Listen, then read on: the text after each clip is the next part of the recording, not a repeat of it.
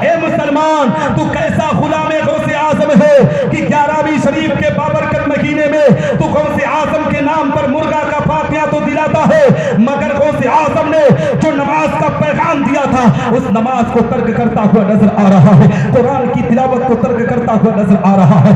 اگر سچے غلام غوث اعظم ہو تو آج سے عہد و پیمان لے کر جاؤ کہ آج کی محفل کے بعد سے ہم نمازوں کی ادائیگی کریں گے، ہم قرآن کی تلاوت کریں گے، ہم اپنے پڑوسیوں کو ستائیں گے نہیں بلکہ پڑوسیوں کے حق کو اپنے آپ میں پہچانیں گے، اپنے باپ کے وقار کو پہچانیں گے، ماں کی ممتا کو سینے میں بسائیں گے، اپنے بھائی کو بھائی سمجھیں گے۔ جس دن یہ پیغام اپنے سینے میں بسا کر تم زندگی کے ارکان کو پورا کرو گے، دعوے کے ساتھ کہتا ہو غوث اعظم کا فیضان تم پر جاری ہوگا، اللہ کی رحمتیں تم پر نازل ہوتی ہوئی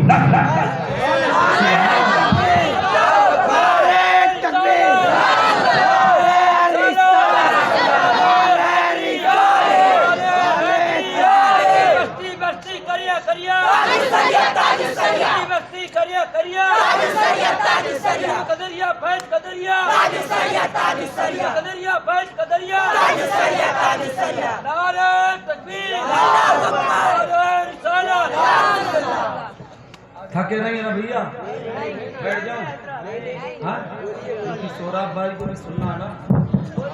نثار صاحب، میں تو کسی لائق نہیں، میری بات سنو ایک منٹ، بولیں گے وہ سید صاحب قبلہ کی آنکھوں میں اشک آنسو ہے اور میں پیر پکڑتا ہوں آپ کا کہ آپ بولیے، آپ جو بولتے ہیں نا یہاں لگتے ہیں، میں ہاتھ جوڑتا ہوں، بولیے۔ دیکھیے علی رسول ہے، ایسے فیمس ڈاکٹر ہیں، جب کبھی یقین آتا گورکھپور آئین سے ملیں، علی رسول بیٹھے ہیں، کہہ رہے کہ ان سے کیسے بولنے کے لیے آپ بولیں، حضور میں آپ کا پیر پکڑتا ہوں، بولیں آپ ماشاءاللہ۔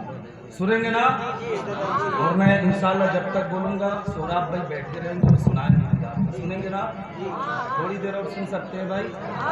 سنیں گے اور انشاءاللہ سنتے رہیے، اور 10 منٹ کے بعد انشاءاللہ تبارک و تعالی حضور اولاد غوث اعظم آل نبی اولاد نبی حضرت علامہ سید حضور قیامی میاں صاحب فردوسی صاحب قبلہ بلہری شریف تشریف لانے والے ہیں۔ ماشاءاللہ۔ سب سے بڑی خوشی کی بات ہے کہ اس بابرکت محفل میں تقریر کر رہا ہوں نا، کیونکہ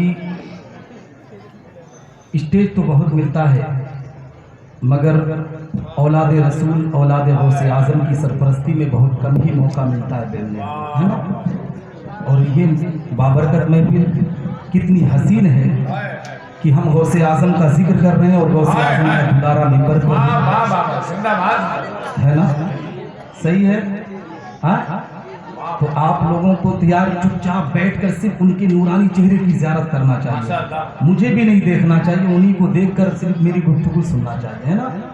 کیونکہ جس بابرکت محفل میں نثار بھیا ایک نام اور اعلان کر دیجیے، انجم گھوسی صاحب بیٹھے ہوئے ہیں، ایک این جی او ہے جو غریب بچیاں ہیں، جو مالی حالت کمزور ہے، تو آپ کی دعا ہے واقعی میں ایسے لوگ اس کے لیے حاضر ہیں۔ انجم گھوسی صاحب جی گھوسی پورا، دیکھیے مخیر قوم جناب انجم گھوسی صاحب آج کے دور میں اگر غریب بچیوں کی امداد کے لیے کوئی قدم بڑھائے نا تو اس سے بڑا آدمی میں کسی کو نہیں سمجھتا، ہے نا؟ میں تو آج کے زمانے کے نیتاؤں کو اپنی چپل کی ٹھوکر مارتا ہوں، جو لوگ ہمارے ووٹ پر ہم پر حکومت کر کے ہمارے لیے کبھی آواز نہیں اٹھاتے۔ ایسے لوگوں کی قیادت، ایسے لوگوں کو آگے بڑھانا چاہیے جو ہماری قوم کے لیے اپنے قدم کو آگے بڑھائیں، ہے نا؟ ہاں، کیونکہ ایسے لوگوں کا ساتھ دیں گے، ایسے لوگوں سے جڑیں گے تو ہم کم از کم کسی کا فائدہ نہ ہو لیکن غریب بچیوں کا کچھ تو فائدہ ہوگا۔ ہاں تو اللہ ان پر کرم کرے۔ حضور سید مسعود میاں صاحب تشریف رکھتے ہیں، جناب انجم گھوسی صاحب اور نقیب اعظم ہندوستان قاری فریاض صاحب تشریف رکھتے ہیں، اور حافظ و قاری میراث صاحب اللہ اور آپ کے گاؤں کے جی سنیں گے بھیا؟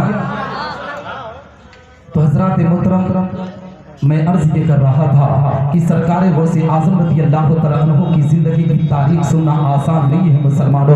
ہم نے صرف واقعات غوث اعظم کو سنا ہے. ہم نے یہ سنا ہے کہ سرکار غوث اعظم رضی اللہ تعالیٰ عنہ نے ڈوبی ہوئی کشتی کو باہر نکالا ہے. ہم نے یہ سنا ہے کہ سرکار غوث اعظم رضی اللہ تعالیٰ عنہ نے مردوں کو زندہ کیا ہے. مگر اے مسلمانوں کبھی کبھی یہ بھی سننے کی کوشش کیا کرو کہ سرکار غوث اعظم رضی اللہ تعالیٰ عنہ نے زندگی میں کس طریقے سے اللہ کی عبادت کیا ہے, قرآن کی کس طریقے سے تلاوت کیا ہے. حقیقت میں ماں نے اپنے بیٹے عبد القادر جیلانی سے اتنا کہا تھا, بیٹا زندگی میں کتنی بھی بڑی مصیبت آ جائے, کتنی بھی پریشانی آ جائے, اے بیٹا کبھی جھوٹ نہ بولنا. لیکن آج ہماری قوم کے لوگوں کا معاملہ کیا ہو چکا ہے. حقیقت میں مسلمانوں ہماری قوم کا نوجوان چند سکوں پر اپنے آپ میں اپنے ایمان کو سمیٹتا ہوا نظر آتا ہے. اے مسلمانوں سکوں کی تو بہت دور کی بات ہے, آج ایک چائے پلا دو ہماری قوم سے کوئی بھی بات اگلوانا ہو قبول دینے پر آمادہ ہے. حقیقت میں اپنی قوم کے لوگوں سے اگر بے ایمانی کرانا ہونا, صرف ایک چائے جا کر کوئی اچھے ریسٹورنٹ میں پلا دو تو یہ قوم اپنے ایمان کا سودا کرتی ہوئی نظر آتی ہے.